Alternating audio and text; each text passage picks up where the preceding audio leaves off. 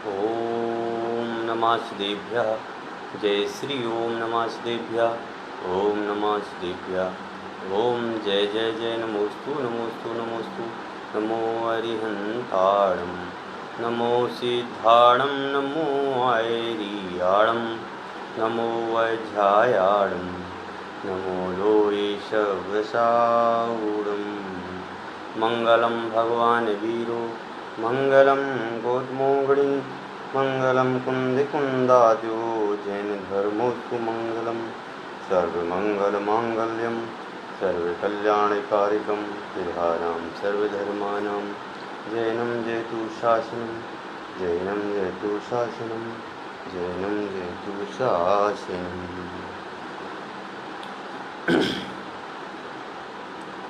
अपनी चर्चा भारतीय दर्शनों पर चल रही थी। अभी बीच में आत्मा के स्वरूप की चर्चा चलती रही कि जो आत्मा है वह आत्मा कैसा है, क्या है। अपन ने अनेक दर्शनों के माध्यम से आत्मा के स्वरूप को समझा। अब आज से 2-3-4 दिन तक क्रमशः अपना भारतीय दर्शन में ईश्वर की जो अवधारणा है उस ईश्वर की अवधारणा के संबंध में अपनी चर्चा होनी है। तो अपन जैन दर्शन में जो ईश्वर की अवधारणा है वह ईश्वर की अवधारणा जो है शुद्धात्मा, सिद्धात्मा और परमात्मा। शुद्धात्मा मतलब जो केवल अपनी आत्मा को जानते हैं, समझते हैं और अपने स्वरूप में निर्विकल्प रूप से रहते हैं, ऐसे उन शुद्धात्मा की चर्चा जो है वही सिद्धात्मा की चर्चा है और वही परमात्मा की चर्चा है। क्योंकि अनंत दर्शन, अनंत ज्ञान, अनंत सुख और अनंत वीर के जो धनी होते हैं वह जो है सिद्धात्मा है, वह सिद्धात्मा ही परमात्मा है। तो उनकी स्वरूप की चर्चा अपन ने यहाँ पर की थी और उसमें हमने ये भी बताया था कि जो परमात्मा है वह परमात्मा ही, जो परमात्मा है वह परमात्मा ही ईश्वर है, वह परमात्मा ही ब्रह्मा है, वह परमात्मा ही विष्णु है, वह परमात्मा ही महेश्वर है, वह परमात्मा ही सुगत है, वह परमात्मा ही अनेक नामों से जाना जाता है। उस परमात्मा को ईश्वर भी कहते हैं। ऐसे उसके अनेकों नाम हैं, हजारों नाम हैं। उन हजारों नामों के द्वारा यहाँ पर बताया जा चुका है। अब यहाँ जो चर्चा चल रही है उस चर्चा पर अपन को बात करनी है। अपन ने पूर्व में खूब चर्चा कर चुके हैं। अब केवल ईश्वर की अवधारणा है, उसको सिद्ध करते हुए अपन को आगे की चर्चा करना है। तो जैन दर्शन में परमात्मा की उक्त अवधारणा प्राचीन काल से एक सी रही कि भाई जो अपनी आत्मा को जानता है, जो अपनी आत्मा में स्वरूप में लीन होता है, वह चाहे कोई भी हो वह परमात्मा है। यह बात अपन अनेक प्रकार से अपन ने सिद्ध की है। और अपने जितने भी परंपराएं हैं, श्वेतांबर परंपरा हो या दिगंबर परंपरा हो, इसमें कोई अंतर नहीं है। वह दोनों परंपराएं ही एक समान ही हैं, इस संबंध में एक समान ही हैं। उनमें कहीं भी किसी प्रकार का कोई भेद नहीं है। किंतु अन्य भारतीय परंपरा दर्शनों में आत्मा के संबंध में ऐसी कोई स्पष्ट स्थिति नहीं है। वहाँ एक ही दर्शन में अनेकानेक भेद हैं। सांप्रदाय उपसंप्रदाय की अपेक्षा से ईश्वर के संबंध में भेद हैं। कालक्रम की अपेक्षा से भेद दिखाई देते हैं। कहीं कहीं आचार्यों के भी अनेक मतभेद यहाँ पर दिखाई देते हैं। अतः यहाँ पर अपन थोड़ा सा विस्तृत चर्चा आज अपन करेंगे। तो सबसे पहले जैसे अपन ने वहाँ पर शुरू किया था कि सांख्य दर्शन में आत्मा, आज अपन देखेंगे सांख्य दर्शन में ईश्वर की अवधारणा कि सांख्य दर्शन जो है ईश्वर किसको मानता है। तो ध्यान में रखना, पहले ही मैं बता देता हूँ आपको, सांख्य दर्शन में प्रकृति जो है अचेतन है, जड़ है, पुद्गल है। सांख्य दर्शन में प्रकृति क्या है? अचेतन है, जड़ है, पुद्गल है। और पुरुष क्या है? आत्मा है, चेतन है, चैतन्य तत्व है, जिसको हम आत्मा बोलते हैं। ठीक है ना। तो यहाँ प्रकृति और पुरुष इन दो की अपेक्षा से यहाँ पर चर्चा की जा रही है। और इसमें अपन को ये चर्चा करनी है कि जो यह आत्मा है, ये आत्मा कैसा है और वह आत्मा जो है वह ईश्वर मानते हैं कि नहीं मानते हैं। तो सांख्य दर्शन जो है, सांख्य दर्शन में दो प्रकार के दर्शन हैं। एक तो ईश्वर को मानने वाला दर्शन है और दूसरा ईश्वर को नहीं मानने वाला दर्शन है। एक का तो नाम है निरीश्वर सांख्य, समझ गए, कि ईश्वर को नहीं मानता है। एक का नाम है शेश्वर सांख्य, कि जो सांख्य दर्शन को मैं ईश्वर को मानता है। इस प्रकार अपन को यहाँ पर स्पष्ट करना है। शेश्वर सांख्य का कहना है कि प्रकृति के संयोग से ईश्वर को मानना आवश्यक है, क्योंकि पुरुष चेतन होकर के भी निष्क्रिय है और प्रकृति सक्रिय होकर के भी जड़ है। उन्होंने कहा कि भाई यहाँ पर तो आपको मानना बहुत ज़रूरी है, ईश्वर को मानना बहुत आवश्यक है, क्योंकि जो शरीर है यह शरीर तो अचेतन है, ये तो जड़ है, समझिए ना, तो ये तो कोई क्रिया करता नहीं है। और जो आत्मा है वह निष्क्रिय है। जब चेतन और आत्मा कोई क्रिया नहीं करता है तो कोई क्रिया करने वाला होगा, तो वह जो क्रिया करने वाला होगा वह कौन है? तो कह रहे हैं कि ईश्वर के सानिध्य से ये दोनों ही रचना प्रवृत्ति करते हैं। प्रकृति भी ईश्वर के अनुसार है और पुरुष भी ईश्वर के अनुसार है, मतलब चेतन भी ईश्वर के अनुसार है और अचेतन भी ईश्वर के अनुसार है। ईश्वर के अनुसार होने से वो लोग ईश्वर मानते हैं। इस प्रकार वे ईश्वर की सत्ता मानते भी हैं तथा उनके अनेक प्रमाण वो देते भी हैं। सांख्य दर्शन के तो कहीं महाभारत से देंगे, कहीं गीता से देंगे, कहीं पुराणों से देंगे, तो अनेक प्रकार से इस सांख्य दर्शन की बातें हैं।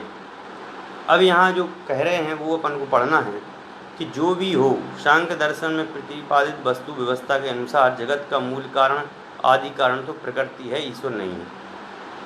कह रहे कुछ भी हो, जगत का जो मूल कारण है वह कह रहे प्रकृति है, जड़ है, अचेतन है, ईश्वर तो है नहीं।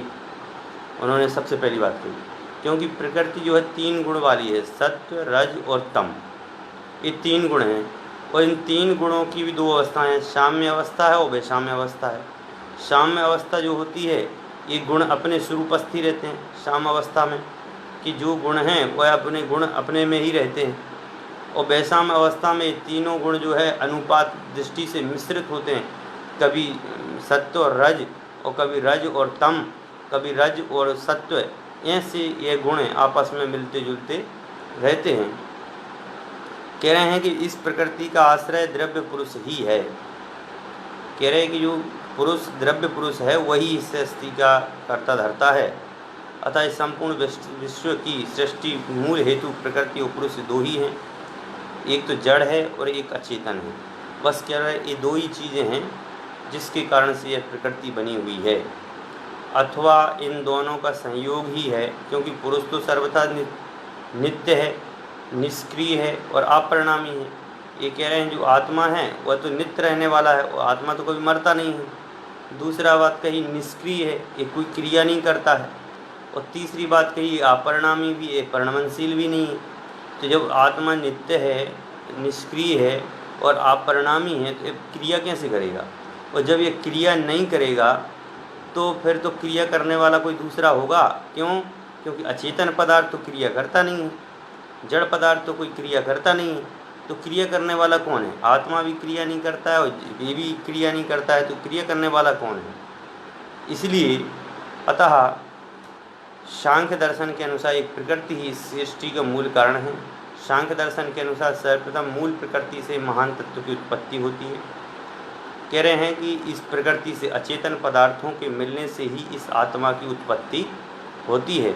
फिर उस आत्मा में अहंकार है, ममंकार है, ज्ञानेंद्रियां हैं, कर्मेंद्रियां हैं, पंचमातंत्राओं की उत्पत्ति होती है और इसी प्रकार सृष्टि का संचालन होता है। ईश्वर की कोई भूमिका नहीं है। कह रहे प्रकृति है, उस प्रकृति के कारण से ही इस आत्मा में एक प्रकृति की जब वस्तु में मिलती हैं, सत्व रज तम, ये 3 जब गुण मिलते हैं तो उसमें अहंकार, ममंकार, ज्ञानेंद्रियां, अहमेंद्रियां, ये सारी इंद्रियां, पंचतंत्रिकाएँ, ये सारी के सारे उत्पन्न होती हैं। अब जब अचेतन पदार्थ से सब कुछ उत्पन्न हो जाता है, चेतन भी उत्पन्न हो जाता है, समझ गए ना, जो अहंकार महंकार कर रहा है, तो ये सब उत्पन्न होने के बाद ईश्वर का इसमें कोई खेल नहीं है। ईश्वर इसका कर्ता धर्ता नहीं है। प्रकृति जड़ होते हुए भी स्वतः प्रवृत्ति कर सकती है। कह रहे हैं कि जो प्रकृति है ये जड़ है, लेकिन ये स्वतः प्रवृत्ति कर सकती है। उसे किसी अन्य तत्व की आवश्यकता नहीं होती है।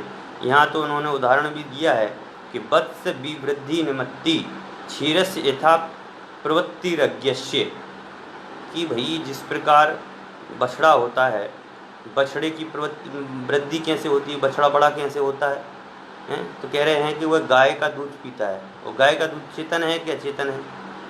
भाई वो भी अचेतन ही है। तो उसी प्रकार पुरुष को मोक्ष प्रदान करने के लिए बिना किसी आवश्यकता की सहायता के प्रकृति स्वयं ही अपने व्यापार में परिवर्तित होती है। कह रहे प्रकृति अपने आप स्वयं ही परिवर्तित होती जाती है और वह मोक्ष भी चला जाता है। समझ गए ना। अनेक टीकाकार हुए हैं, अनेक टीकाकारों ने अपने अपने कथन की शैली में यहाँ प्रस्तुत करने की कोशिश की है। गौड़पाद जो हैं वह ईश्वर को सृष्टि का कारण मानने के मत में अस्वीकार करते हैं। गौड़पाद हुए हैं, उन्होंने कहा कि भैया हम तो बिल्कुल नहीं मानते हैं कि कोई ईश्वर है और वह ईश्वर सृष्टि की रचना करता है। उनका मत है कि ईश्वर तो निर्गुण है, उसमें सत्व रजतम आदि गुण तो है नहीं। सत्व भाई निर्गुण है, उससे सत्वादि गुणों वाली प्रजा की सृष्टि कैसे होगी? जो दिखाई नहीं दे रहा है, जो है ही नहीं है, जो दिख ही नहीं रहा है, वह सृष्टि की रचना कैसे करेगा? हैं? और निर्गुण ईश्वर से सत्व महतादि कैसे उत्पन्न हो सकते हैं? और कह रहे हैं कि जो निर्गुण है, जो दिखाई नहीं देता है, उससे सत्व रज तम चेतन अचेतन का जो व्यापार है ये कैसे हो सकता है? ये तो हो ही नहीं सकता है, हैं? वो कह रहे हैं वाचस्पति मिश्र ने भी इसे जैसे गौड़पाद ने कहा वैसे वाचस्पति ने भी कहा कि भैया ये अचेतन है, ये अचेतन पदार्थ है, ईश्वर के अधिष्ठा का निषेध है। सांख्य चंद्रिका में भी वाचस्पति मिश्र ने मत को स्वीकार किया।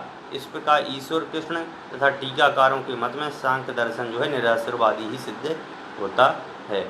इन लोगों ने ईश्वर की सत्ता को स्वीकार नहीं किया। वृत्तिकार अनिरुद्ध के अनुसार सांख्य दर्शन में ईश्वर का खंडन किया गया। जो सांख्य दर्शन की जिन्होंने वृत्ति लिखी है सांख्य का तो सूत्रों की, उन्होंने अनिरुद्ध ने भी इसका बहुत विरोध किया। उनकी सृष्टि में सांख्य सूत्र ईश्वर की सत्ता को अस्वीकार करते हैं। ईश्वर को जगत का निमित्त कारण मानते हुए न्याय दर्शन में तर्क दिया गया। क्या न्याय दर्शन में क्या तर्क दिया गया? कि पर्वत सागर आदि कार्यों का भी कोई सृष्टा या निमित्त कारण अवश्य होना चाहिए, वही ईश्वर है। कह रहे हैं कि एक तर्क दिया न्याय दर्शन में कि पर्वत है, नदी है, तालाब है, ये अपने आप थोड़ी बन गए होंगे, इसको कोई ना कोई तो बनाने वाला होगा। तो कह रहे जो बनाने वाला है वह ईश्वर ही है।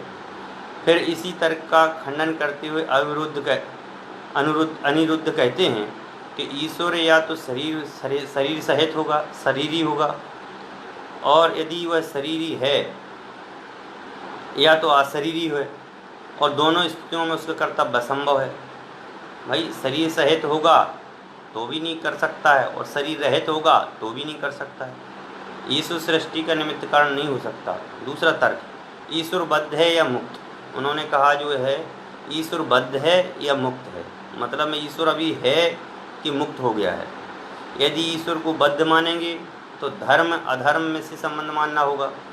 भाई जो ईश्वर है यदि उसको कर्मों के साथ में यदि मानेंगे अपन, या तो उसको मुक्त मानेंगे या तो बद्ध मानेंगे। यदि उसके कर्म हैं तो कर्म हैं तो उसके धर्म और अधर्म भी होगा, तब उसे ईश्वर नहीं कहा जा सकता। भाई अपन पहले इस बात को मान चुके कि भाई ईश्वर कौन है? जो मुक्त हो चुका है। अब यदि वो करने धरने वाला है तो वह ईश्वर नहीं है। यदि वह मुक्त होगा तो कार्य करने का प्रश्न का अभाव ठहरेगा, और यदि मुक्त हो गया है तो वह ईश्वर नहीं माना जा सकता।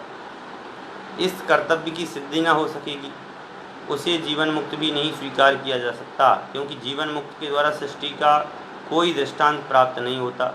यदि वह जीवन मुक्त है तो भी कह रहे हैं कि उसको सृष्टि का कोई भी कारण उसको प्राप्त नहीं हो सकता।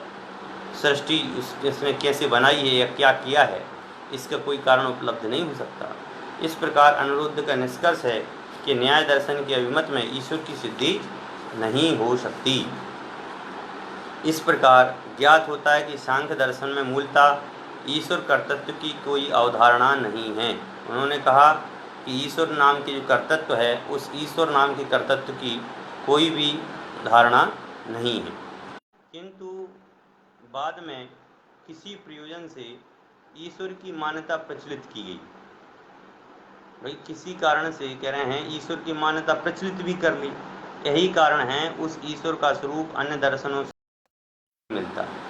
कुछ तो कहते हैं भाई ईश्वर है और कुछ कहते हैं ईश्वर नहीं है, तो अब उनकी जो दर्शन की जो बात है वह स्पष्ट नहीं हो पाती है, समझे ना। तो कह रहे हैं और यदि ईश्वर मुक्त हो गया है तो मुक्त हो गया है तो वह तो ज्ञान दर्शन वाला हो गया होगा, और ज्ञान दर्शन वाला हो गया है तो वह सम्यक ज्ञानी हो गया होगा, सम्यक ज्ञानी हो गया है तो फिर वह ऐश्वर्य को प्राप्त हो गया होगा, यानी मोक्ष को प्राप्त हो गया होगा।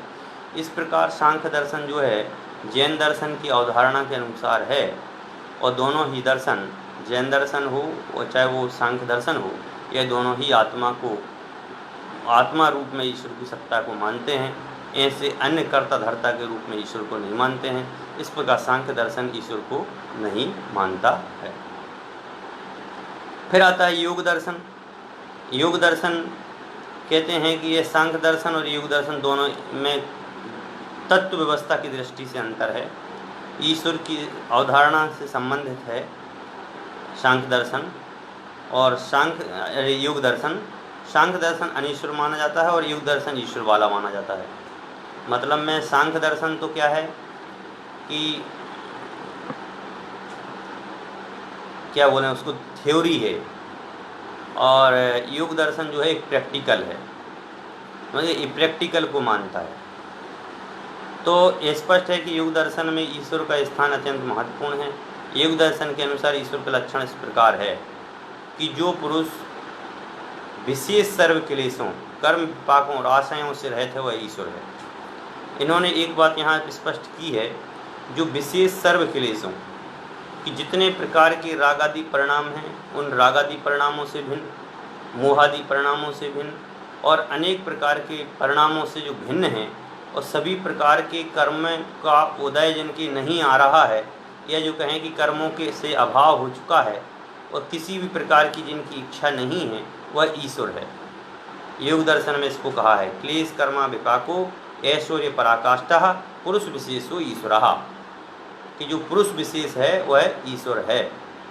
कि यहाँ पर भी उन्होंने पुरुष ही कहा, पुरुष का मतलब होता है आत्मा, कि जो आत्मा है वह सर्व प्रकार के दुखों से, सर्व प्रकार के कर्मों से और सर्व प्रकार के कर्मों के उदय से और सभी प्रकार की इच्छाओं से रहित जो होता है उसे ईश्वर कहते हैं। इस प्रकार योग दर्शन में इसकी बात को कहा है। कह रहे हैं, आगे कहते हैं, कहने की आवश्यकता नहीं है कि ईश्वर या भगवान की यह परिभाषा सर्वसम्मत है। जो भी दर्शन परमात्मा ईश्वर को मानते हैं वे सभी इन्हीं शब्दों का ग्रहण करते हैं, वे सभी इसी बात को स्वीकार करते हैं। योग दर्शन में 3 प्रकार से ईश्वर का स्वरूप है। सबसे पहले तो है ईश्वर जो है वह प्रणिधान से योग की सिद्धि है। प्रणिधान मतलब ईश्वर में प्रविष्ट हो जाना, ईश्वर में विलीन हो जाना, अपने आप को ईश्वर को समर्पित कर देना, समझिए ना। और वहाँ ईश्वर को प्राप्ति का मतलब यही है, जैसे कि बैकुंठ में हरि बैठे हैं तो यहाँ से मरण करके हरि के पास चले जाना, समझिए ना, कि यहाँ से होकर के जीवन मुक्त हो जाना, कि जीवन से यहाँ से मुक्त हुए और वहाँ जा कर के हरि की सेवा में लग गए। एक तो ये बात मानते हैं कि वह ईश्वर हो गया। दूसरा है तप, स्वाध्याय और ईश्वर। प्रणिधान का नाम क्रिया योग है कि एक तो तप को और स्वाध्याय को और ईश्वर, तप और स्वाध्याय करने पर जो ईश्वर की प्राप्ति होती है उसको ईश्वर कहते हैं। मतलब जो आत्मा की प्राप्ति होती है उसे ईश्वर कहते हैं। ईश्वर जो है प्रणिधान से समाधि की सिद्धि करता है, और जो एक ईश्वर है जो केवल अपने जीवन में विदेह मुक्त होता है, वह क्या करता है, सभी प्रकार के प्राणों को त्याग करके 10 प्रकार के जो प्राण कहे गए हैं उन 10 प्रकार के प्राणों से मुक्त होकर के और अपनी आत्मा में लीन हो जाता है और विदेह मुक्त हो जाता है। फिर उसका द्वारा कभी जन्म नहीं होता है, जीवन मुक्त का भी कभी जन्म नहीं होता है, परंतु वह क्या होता है, बैकुंठ में हरि के पास में सेवा करता है। और भी स्पष्ट कहते हैं कि युग दर्शन के अनुसार ईश्वर है और वह सर्व क्लेशों कर्म भावों से मुक्त विशेष पुरुष है, वह सबका गुरु है।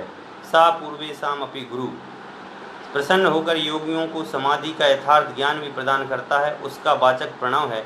तस्य वाचका प्रणवः, कि वह जो ईश्वर है वह समय आने पर योगियों के लिए हेल्प भी करता है, उनकी योग साधना में हेल्प भी करता है। इस प्रकार का इसमें वर्णन। तीसरे हैं न्याय दर्शन, कि न्याय दर्शन में ईश्वर की अवधारणा। तो सभी दर्शनों में ईश्वर की मान्यता को पुष्ट करने वाला सर्वप्रथम दर्शन न्याय दर्शन है। न्याय दर्शन ईश्वर को स्पष्टता स्वीकार किया गया है। न्याय दर्शन में पूर्ण रूप से ईश्वर को स्वीकार किया है, न केवल स्वीकार किया है परंतु उसकी सिद्धि हेतु भी अनेक तर्क दिए, समझ गए ना, अनेक प्रकार के उन्होंने तर्क भी दिए। जैसे उदयनाचार्य ने अपनी न्याय कुसुमांजलि में कहा है, क्या कहा है कि कार्यात आयोजनात् धृतादि पदात् प्रत्या श्रुति वाक्यम और संख्या विसृणात्, ये जो हैं उन्होंने 8 प्रकार के तर्क दिए सांख्य दर्शन में, कि ये 8 प्रकार के तर्कों के माध्यम से सिद्ध होता है कि ईश्वर है और ईश्वर जगत का कर्ता धर्ता है। ईश्वर के बिना कुछ भी कार्य संभव नहीं है। ऐसा न्याय दर्शन जो है पहला दर्शन है जो कि पूर्ण रूप से स्वीकार करता है कि ईश्वर होता है। पहला कहा कि कार्यात, कि एक जगत एक कार्य है, अतः इनका कोई ना कोई तो बुद्धिमान कारण अवश्य होना चाहिए, समझ गए ना। कह रहे हैं एक जगत है और एक कार्य है, कि जगत में जो भी कार्य हो रहा है वह करने वाला कोई ना कोई तो होगा। भाई जगत का कार्य कौन करेगा, जगत का कार्यधार्य करने वाला कोई ना कोई तो होगा। आज जैसे बरसात हो रही तो बरसात करने वाला कोई ना कोई तो होगा, और तो कोई कर नहीं सकता है, हैं? भूकंप आना ये कौन करता है, कोई ना कोई तो ये जगत का कार्य करने वाला होगा, हैं? जितनी भी आपदाएं आ रही इनको करने वाला कोई ना कोई तो होगा। तो कह रहे कोई ना कोई वो जो है वह ईश्वर ही हो सकता है और कोई नहीं हो सकता। दूसरा कहा आयोजनात्, कि जगत के सभी पदार्थ अनेक परमाणुओं के संयोग से बने हुए हैं। जगत के बहुत सारे अनेक परमाणुओं के संयोग से बने, बिना परमाणुओं के संयोग से कोई चीज़ बनी ही नहीं है। उनके अनेक अनेक अवयव भी हैं। भाई जो भी चीज़ बनी है वह अनेक रूप में हमें दिखाई भी देती है, अतः उन सब का कोई ना कोई तो संयोजक होगा। जो भी कार्य हो रहे हैं उन कार्यों को संपादित करने वाला कोई ना कोई तो होगा। तो कह रहे हैं उन कार्यों का आयोजन करने वाला, जैसे अपन कोई संगोष्ठी करते हैं, अपन कोई मीटिंग करते हैं, तो अपन जो करवा रहा है जो संयोजक है वो तो होगा। तो ऐसे कह रहे हैं जगत के जो भी कार्य हो रहे हैं उनको करने वाला है वह कोई ना कोई तो होगा। तो कह रहे हैं वो ईश्वर है, समझिए ना। फिर कहते हैं धृत्यादि, कि यह संपूर्ण जगत आश्चर्यजनक नियमों पर स्थिरतापूर्वक आधारित है और संचालित भी है। भाई जो भी जगत में अपन देखते हैं नई नई चीज़ें बनती हैं, नए नए पहाड़ होते हैं, एक से एक कटिंग वाले होते हैं, एक से एक नदियाँ होती हैं, समुद्र होते हैं, मतलब जो भी है अनेक आश्चर्यजनक नियमों पर हैं। कभी कभी बहुत अच्छी अच्छी चीज़ें दिखाई भी देती हैं बादलों में, आकाश में। तो इन सबको किसी न किसी के द्वारा तो संभव मानना चाहिए ना, तो कोई ना कोई तो कर ही रहा होगा। तो कह रहे हैं इसलिए धृत्यादि, अर्थात वह कोई ईश्वर ही है। फिर पदार्थ का मतलब में होता है पद अर्थात होता है विद्याएं, कलाएं, कौशल, समझें। तो आज जो विद्याएं हैं, कलाएं हैं, कौशल हैं, और गुरु शिष्य की जो अति दीर्घ काल से गुरु शिष्य की जो परंपरा चली आ रही है, इसकी उत्पत्ति का मूल कारण कोई ना कोई महाज्ञानी पुरुष अवश्य होना चाहिए। भाई आज से कितने साल पहले से कोई ना कोई कला का विकास हुआ है, कोई ना कोई कला तो उत्पन्न होती रही है, भारत में इतनी सारी कलाओं का विकास है, तो इन कलाओं को सिखाने वाला कोई महाज्ञानी तो हुआ होगा। तो कह रहे जो महाज्ञानी हुआ होगा वही ईश्वर है। फिर कहते हैं प्रत्याह, कि विज्ञानों की आभ्रांता विश्वसनीयता देखकर ही यह सिद्ध हो जाता है कि इसका सृष्टा असीम ज्ञान का भंडार कोई ईश्वर ही होना चाहिए। कह रहे आज विज्ञान इतने ऊंचे ऊंचे तक पहुंच रहा है, हवाई जहाज़ बना दिया, रॉकेट बना दिया, ये सब कुछ करने धरने वाला तो कोई ना कोई तो पुरुष होगा जिसने इतने विज्ञान के लिए इतना दिमाग दिया होगा, समझ गए ना, कि ऐसा करिए ऐसा करिए ऐसा करिए, तो एक कुछ ना कुछ तो होगा। तो कह रहे जो ये दिमाग दे रहा है, या जो भी असीम ज्ञान का जो भंडार है, वह असीम ज्ञान का जो भंडार है, जो दिमाग ज्ञान दे रहा है, वह कोई ना कोई तत्व तो है, और वह तत्व का नाम है ईश्वर। फिर कहते हैं, छठा कारण बताते हैं श्रुते, कि शास्त्रों में जो लिखा गया है, शास्त्रों में भी ईश्वर की सिद्धि होती है, क्योंकि उसमें ईश्वर का वर्णन है, समझ गए ना, ईश्वर का वर्णन है। प्रत्येक शास्त्र को आप उठा करके देख लीजिए कि कुछ ना कुछ तो लिखा है ईश्वर के बारे में। तो जो लिखा हुआ है तो इसका मतलब प्रमाण तो है कि ईश्वर होता है। वाक्यात कि वेद वाक्य या भाषा मात्र का रचयिता इस दुनिया के अतिरिक्त और कोई नहीं हो सकता। वेद किसी ने लिखे होंगे, समझ गया, वो वेद को लिखने वाला कौन होगा, हैं, मात्राएं जो दी होंगी वो कौन होगा, क्योंकि वेद तो आप पुरुष से हैं, किसी पुरुष ने तो लिखे नहीं है। तो वेदों की मात्राओं के संबंध में किसी न किसी ने तो उपदेश दिया होगा कुछ ना कुछ। तो कह रहे हैं वो और कोई नहीं है, वो ईश्वर ही है। संख्या विशेषात कि 1 2 3 4 5 6 7 8 100 200 500 1000 लाख 10 लाख करोड़ 10 करोड़ अरब 10 अरब खरब 10 खरब पद्म 10 पद्म नील 10 नील, ये संख्याएं जो हैं, ये संख्याएं भी मतलब कैसे न कैसे सर्वप्रथम कैसे आई होंगी, यह तो विचार किया जाए, हैं, ये संख्याएं कहाँ से आई होंगी। यह संख्याएं देने वाला भी यह ईश्वर ही है, अतः ईश्वर की सिद्धि होती है। इस प्रकार सभी न्यायिक आचार्यों के अनुसार अनेक तर्कों के द्वारा ईश्वर की सिद्धि होती है, उसे नकारा नहीं जा सकता, तथा उनके अनुसार ईश्वर ही इस जगत का वास्तविक निमित्त कारण है। इस जगत को बनाने वाला, उत्पन्न करने वाला यदि कोई है तो वह ईश्वर ही है।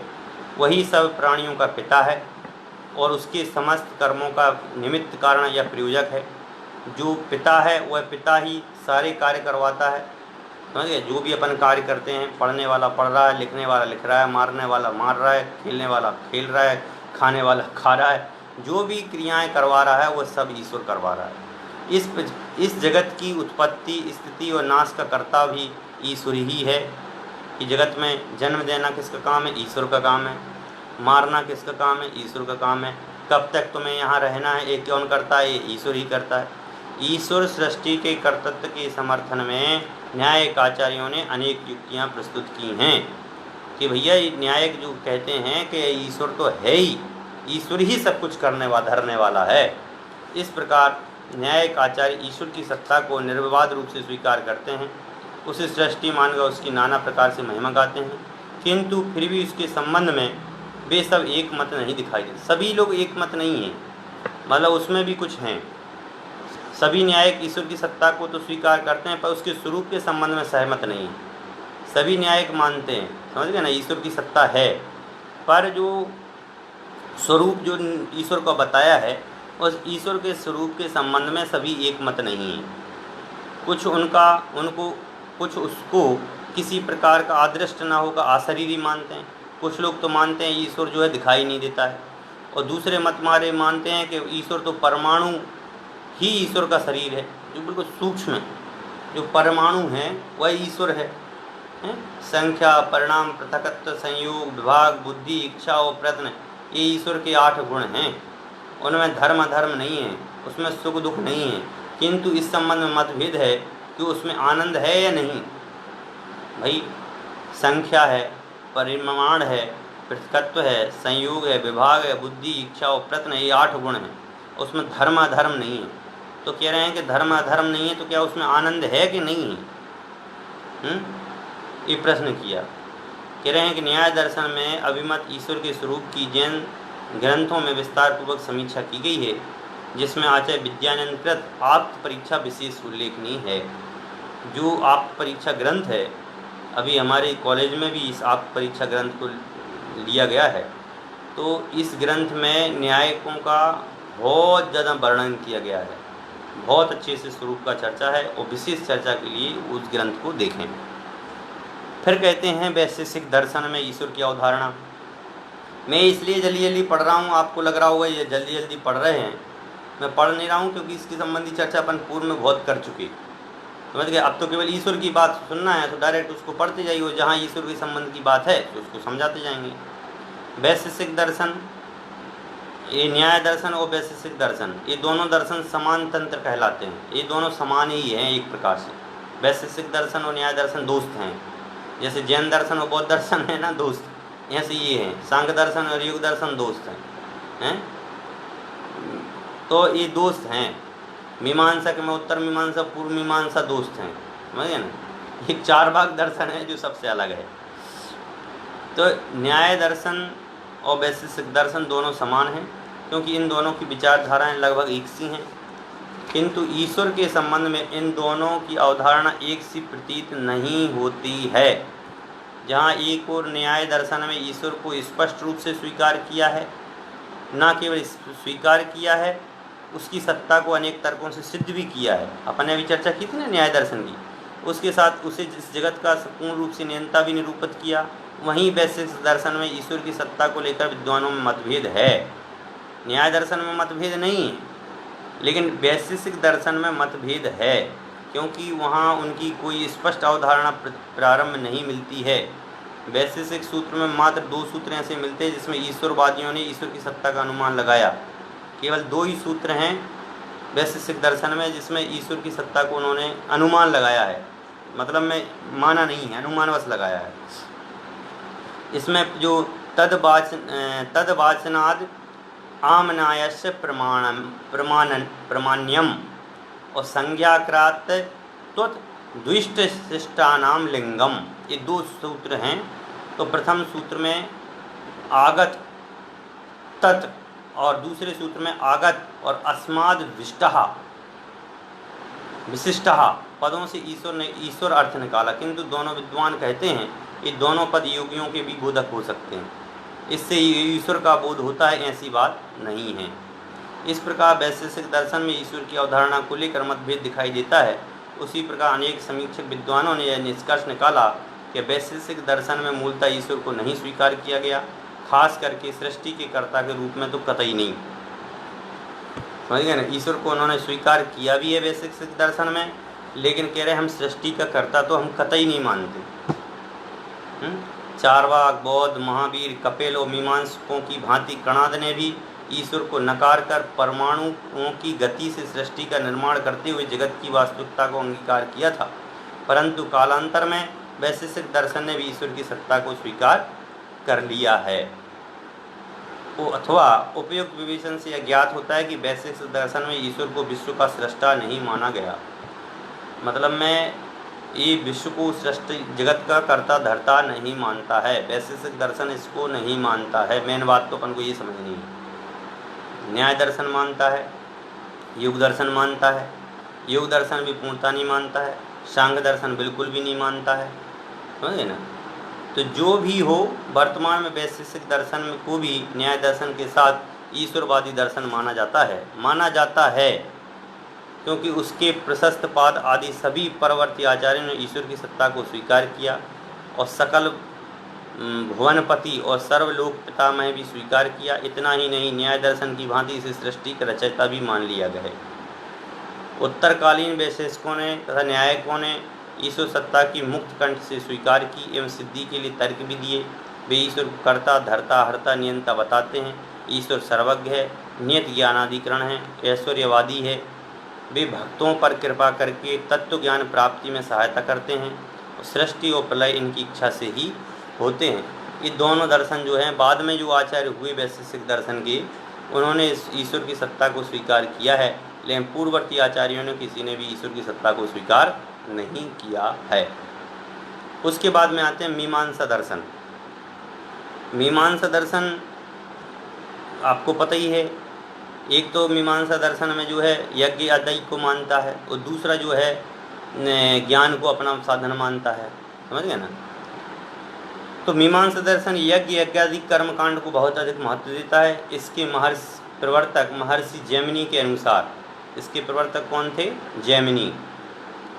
इन्होंने यज्ञ अनुष्ठान से ही कर्मफल की प्राप्ति होती है, ऐसा माना है। जो भी अच्छे कर्म करना है तो यज्ञ कीजिए, नहीं तो आप नीच गति में जाएंगे, ऐसा मतलब इन्होंने वर्णन किया है। और किसी अन्य अधिष्ठाता या ईश्वर का कारण नहीं है। इन्होंने कहा कि कोई ईश्वर नहीं है, तुम अच्छे कर्म करना है तो अच्छे कर्म कीजिए और यज्ञ हवन आदि कीजिए। स्वर्ग जिसको स्वर्ग की अभिलाषा हो, जिसको स्वर्ग जाना हो वह यज्ञ करे।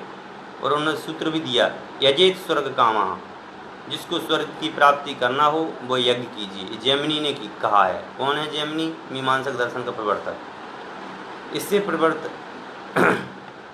इससे सिद्ध होता है कि जो मीमांसक दर्शन था वह मीमांसा दर्शन में मूल में ईश्वर और उसकी सृष्टि के कर्तृत्व की कोई मान्यता नहीं थी, मात्र अपने कर्मों को सुधारने का उपदेश दिया है। मतलब ईश्वर का कर्ता धर्ता कहीं नहीं माना इसने। किंतु जो बाद में हुए मीमांसक, समझ गए ना, उन बाद के मीमांसकों ने ये सारी व्याख्यान कर दिया कि यज्ञ जो है स्वर्ग की प्राप्ति तो होती है, यह तो ठीक है, किंतु स्वर्ग की प्राप्ति कराता कौन है? यज्ञ करने से स्वर्ग की प्राप्ति होती है, ये तो हम बात पहले के आचार्यों की मानते हैं। पर यज्ञ जो कर रहे हैं और स्वर्ग की जो प्राप्ति हो रही है, किसी न किसी कोई तो कोई करवाता होगा। कह रहे वो करवाता वो ईश्वर है। ईश्वर की सिद्धि कर ली उन्होंने ईश्वर को यज्ञपति के रूप में स्वीकार कहा कि समस्त कर्मों का फल हमें ईश्वर प्रदान करता है और वही सर्व कर्मों का फल दिलाता भी है। ईश्वर परायण बुद्धिया क्रियमाणस्तु निश्रेयस हेतु, अतः ईश्वर को अर्पित किया हुआ कार्य ही निश्रेयस का हेतु है। मतलब अच्छी गति को प्रदान करने वाला, मोक्ष गति को प्रदान करने वाला ईश्वर कृत जो कर्म है वही सबसे अच्छा कर्म है। इस प्रकार परवर्ती मीमांसकाचार्यों ने कर्म फल प्रदाता के रूप में ईश्वर को स्वीकार कर लिया। यद्यपि उन्होंने भी ईश्वर के सृष्टि के रूप में स्वीकार नहीं किया और कहा कि यह संसार अनादि अनंत है, इसे उत्पन्न और नष्ट करने वाला कोई नहीं है। समझ गए? इन्होंने भी माना मीमांसकों ने कि भैया कर्ता धर्ता कोई नहीं है संसार का, ये तो अनादि से है और अनंत काल तक रहने वाला है, जैसे जैन दर्शन स्वीकार करता है। मीमांसकों में कुमारिल भट्ट आदि कुछ आचार्य तो ईश्वर के प्रति तटस्थ भी नहीं रहे, अपितु उन्होंने प्रखर तर्कों द्वारा ईश्वर के सृष्टि कर्तृत्व का निराकरण भी किया और अपने ग्रंथों में उल्लेख भी किया। कुमारिल भट्ट ने मीमांसक श्लोक वार्तिक में कुछ निराकरण प्रस्तुत किए। उनके उदाहरण हैं कि ईश्वर सृष्टिकर्ता ईश्वर शरीरी है या अशरीरी। पहला प्रश्न किया इन्हें कुमारिल भट्ट ने कि भैया जो सृष्टि का जो कर्ता है वो ईश्वर है जो शरीर वाला है कि बिना शरीर वाला है? यदि वह शरीर वाला है तो शरीरी होने से कदापि नित्य नहीं माना जा सकता, क्योंकि शरीर तो नष्ट हो जाता है। जो ईश्वर है वो शरीर वाला है, तो शरीर वाला होने से तो वह नित्य नहीं है, वो तो कभी भी नष्ट हो जाएगा, क्योंकि शरीर यौगिक रचना है। मैं तो मन वचन काया की योग की रचना है, तब तो उसकी स्वयं की रचना के लिए भी किसी अन्य सृष्टिकर्ता की आवश्यकता माननी होगी। यदि आप उसको सृष्टि का कर्ता मानते हो जो शरीर सहित है, तो उसको बनाने वाला भी कोई ना कोई होगा, और जो उसको बनाएगा उसको बनाने वाला भी कोई होगा। जैसे हम हैं तो हमारे पिताजी हैं, हमारे पिताजी हैं तो उनके पिताजी के पिताजी भी होंगे। इस प्रकार मानना पड़ेगा, जिससे तो अनवस्था नाम का दोष आ जाएगा।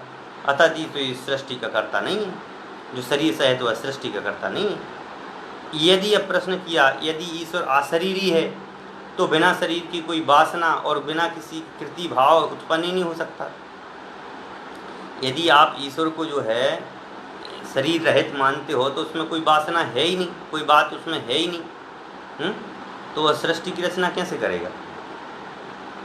फिर दूसरी तर्क दिया, ईश्वर किस कमी को पूरा करने के लिए सृष्टि की रचना करेगा? भाई ईश्वर को कौन सी कमी दिखाई देती है जिसके कारण वह ईश्वर सृष्टि की रचना करेगा? यदि कोई कमी है तो पूर्ण नहीं माना जा सकता।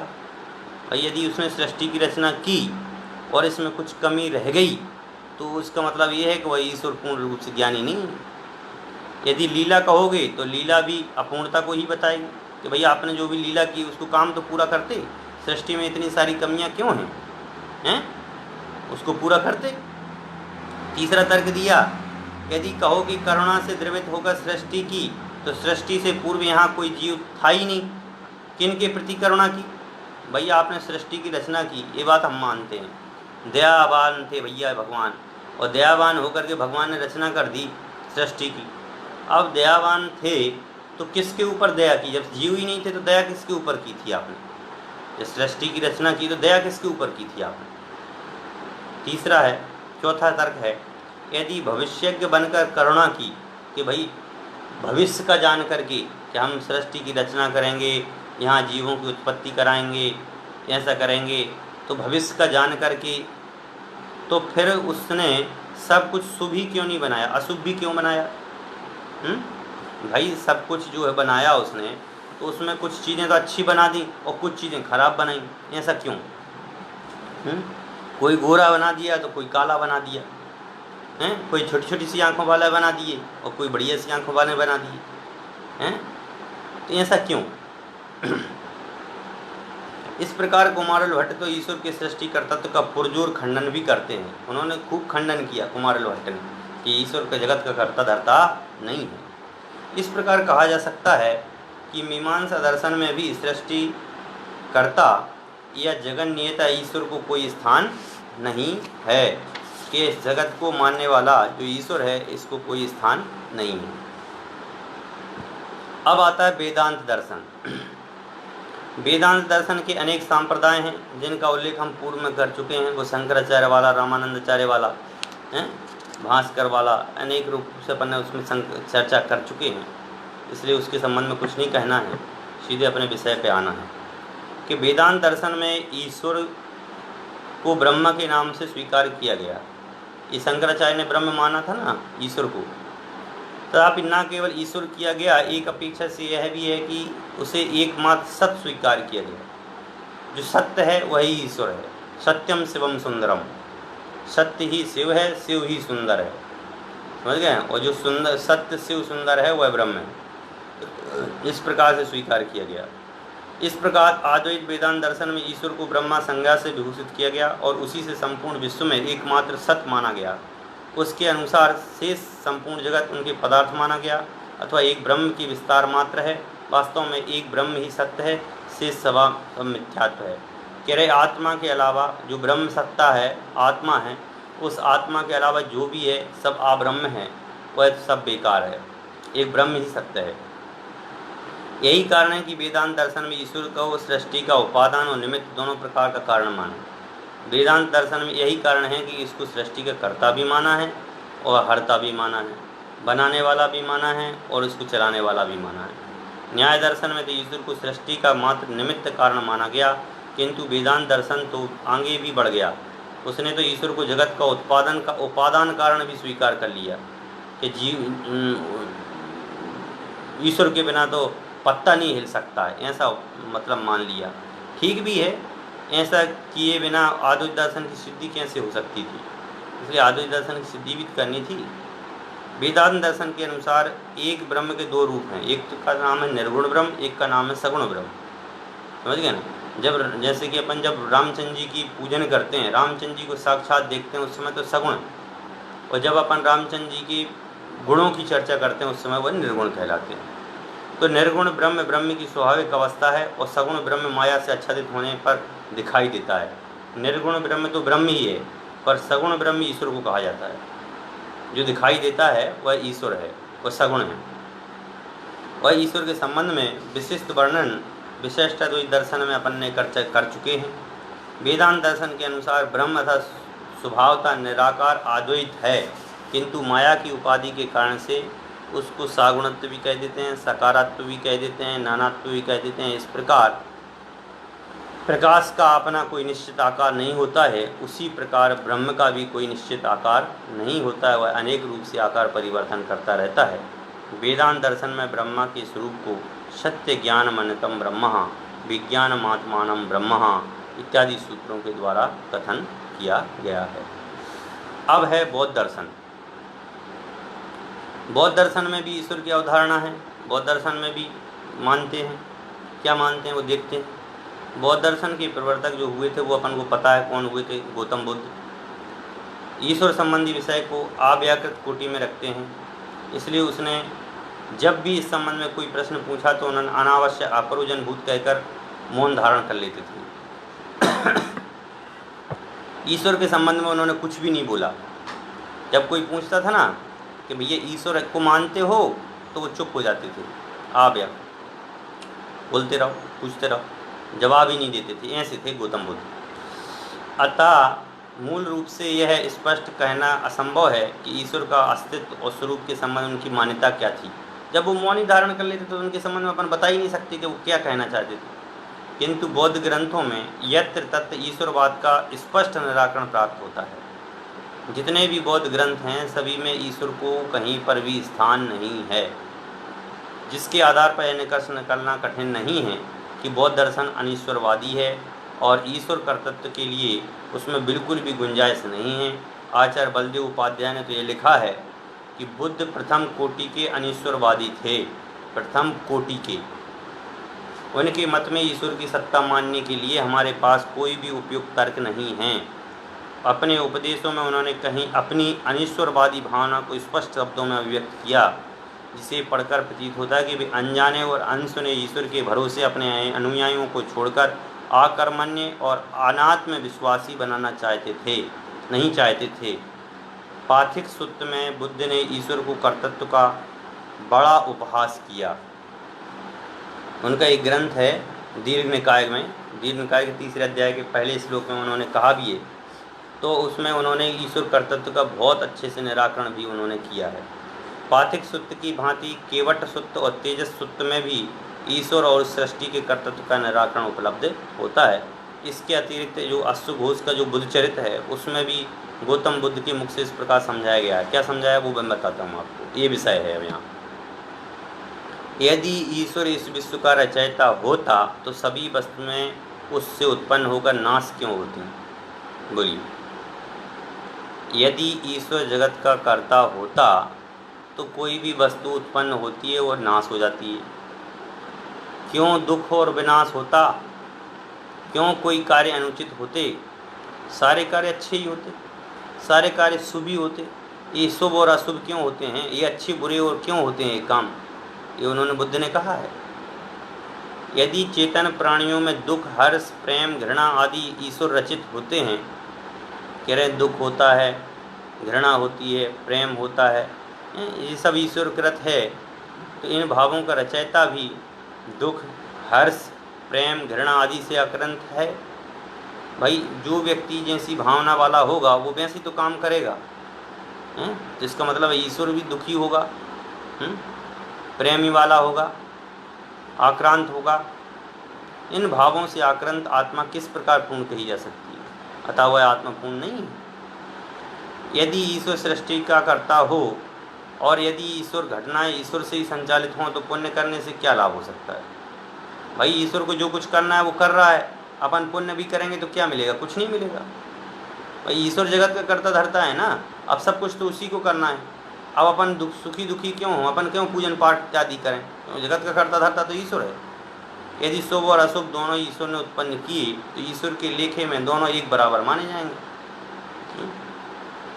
परंतु यदि अशुभ के कर्ता ईश्वर को छोड़कर अन्य कारण हो, कह रहे हैं कि यदि अशुभ यानी दुख का कर्ता ईश्वर को छोड़कर कोई अन्य कारण हो तो इससे स्पष्ट होता है ईश्वर के बिना कुछ घटनाएं अन्य कारणों से उत्पन्न हो सकती हैं। इसका मतलब ये है ईश्वर तो नहीं चाहता है लेकिन होता है, तो इसका मतलब में है कि उसकी आज्ञा के बिना भी कुछ काम हो जाता है। तो क्यों नहीं सभी घटनाएं अन्य कारणों से अथवा अकारण मानी जाए? तो फिर सारी घटनाएं ही मान लो ना अकारण। ईश्वर ने फिर क्या किया? भाई गलत हो रहा है वो ईश्वर ने नहीं किया, वो तो अपने कर्मों से हो रहा है, और अच्छा हो रहा है तो ईश्वर ने किया। ऐसा क्यों मानेंगे? फिर तो सभी यही बात लो ना, अपने आप अपने अपने कर्मों के आधार पर हो रहा है। फिर यदि इस विश्व का रचयिता ईश्वर हो तो उसकी रचना या तो किसी उद्देश्य की होगी या निरुद्देश्य रूप की होगी। भाई कोई ना कोई उसने जो लिखा पढ़ा होगा वह कोई ना कोई उद्देश्य पूर्वक होगी, या तो कोई उद्देश्य ही नहीं होगा। यदि किसी उद्देश्य के लिए ईश्वर ने विश्व की रचना की है तो ईश्वर पूर्ण नहीं कहा जा सकता, समझ गए? और यदि निरुद्देश्य भाव से सृष्टि की रचना की है तो बच्चों का निरुद्देश्यपूर्ण खेल है। जो बच्चे खेलते हैं उनका कोई उनको उद्देश्य नहीं होता है, बीच में ही छोड़ के भाग जाते हैं। ऐसे इन्होंने सृष्टि की रचना की, बीच में छोड़ के भाग गए होंगे। इससे स्पष्ट होता है कि बौद्ध दर्शन में ईश्वर और सृष्टि के कर्तृत्व का पूर्ण निराकरण किया गया है। वर्तमान में बौद्ध मतानुयायी महात्मा बुद्ध ने भगवान के रूप में माने जाते हैं। अब लास्ट जो रह गया है उसको और मैं पढ़ लेता हूँ, चारवाक दर्शन में ईश्वर का। तो चारवाक दर्शन में तो बिल्कुल कुछ मानते ही नहीं हैं, कहते हैं कि चारवाक दर्शन ईश्वरवादी दर्शनों से सर्वथा विपरीत है। न तो वो आत्मा को मानता है, न वो कर्म को मानता है, न वो ईश्वर को मानता। वो तो खाओ पियो और मौज करो आराम से, उधार में घी ले लेके पियो आराम से, और कोई चुकाना उकाना है ही नहीं, क्योंकि पुण्य पाप कुछ है ही नहीं। आत्मा को कोई सुखी दुखी कर ही नहीं सकता है। सुखी रहने के लिए यही है कि खाओ पियो और मौज करो वाली नीति अपनाओ। ऐसी बात है।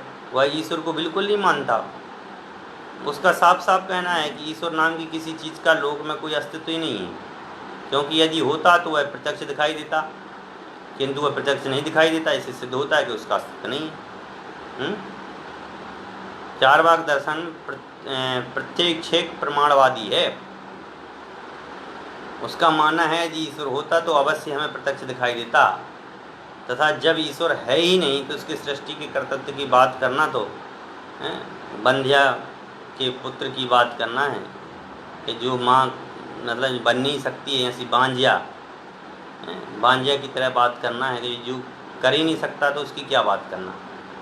चारवाक दर्शन के अनुसार यदि ईश्वर मानना ही है तो जो इस लोक में राजा है, मतलब जो मुख्य राजा है, उसे ही ईश्वर मान लेना चाहिए, क्योंकि वही सभी का स्वामी है और सुख दुख का ज्ञाता करता वही है। जो राजा होता है वह राजा के अनुसार ही प्रजा सारा कार्य करती है, अतः राजा ही भगवान है। इस प्रकार से हमें मान लेना चाहिए। इस प्रकार हमने अभी तक ये अन्य दर्शनों में चर्चा की। कल जो है ईश्वर कर्तृत्व का निराकरण जैन दर्शन में और हिंदू दर्शन में, हिंदू धर्म में, हिंदू तो दर्शन है ही नहीं कोई, तो हिंदू धर्म में जो विशेष परिप्रेक्ष्य में कल अपन यहाँ पर चर्चा करेंगे, जिसको भी पढ़ना ही है, क्योंकि अपन ने सारा स्वभाव की चर्चाएं अपन ने खूब रूप अच्छे से डिटेल में कर दी हैं बीच में, इसलिए मैंने दूसरा विषय ले लिया था। तो इसकी चर्चा अपन अब कल करेंगे। सभी आत्माएं अपने जो ईश्वर है, वह जो अपना आत्मा है, वह आत्मा ही अपना ईश्वर है, और आत्मा ही अपना सुख देने वाला है, आत्मा ही अपना आनंद, आत्मा सुख की प्राप्ति कराने वाला है। ऐसे सुखमय आत्मा को जान करके अपने स्वभाव में लीन हो, इसी भावना का अपमान। सहजानंदी शुद्ध स्वरूपी अविनाशी हूँ आत्मस्वरूप। सहजानंदी शुद्ध स्वरूपी अविनाशी हूँ आत्मस्वरूप। सहजानंदी शुद्ध स्वरूपी अविनाशी हूँ आत्मस्वरूप।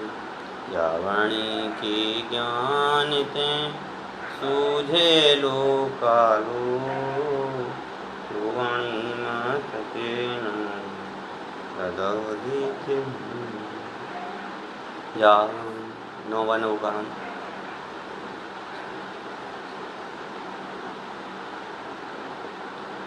वो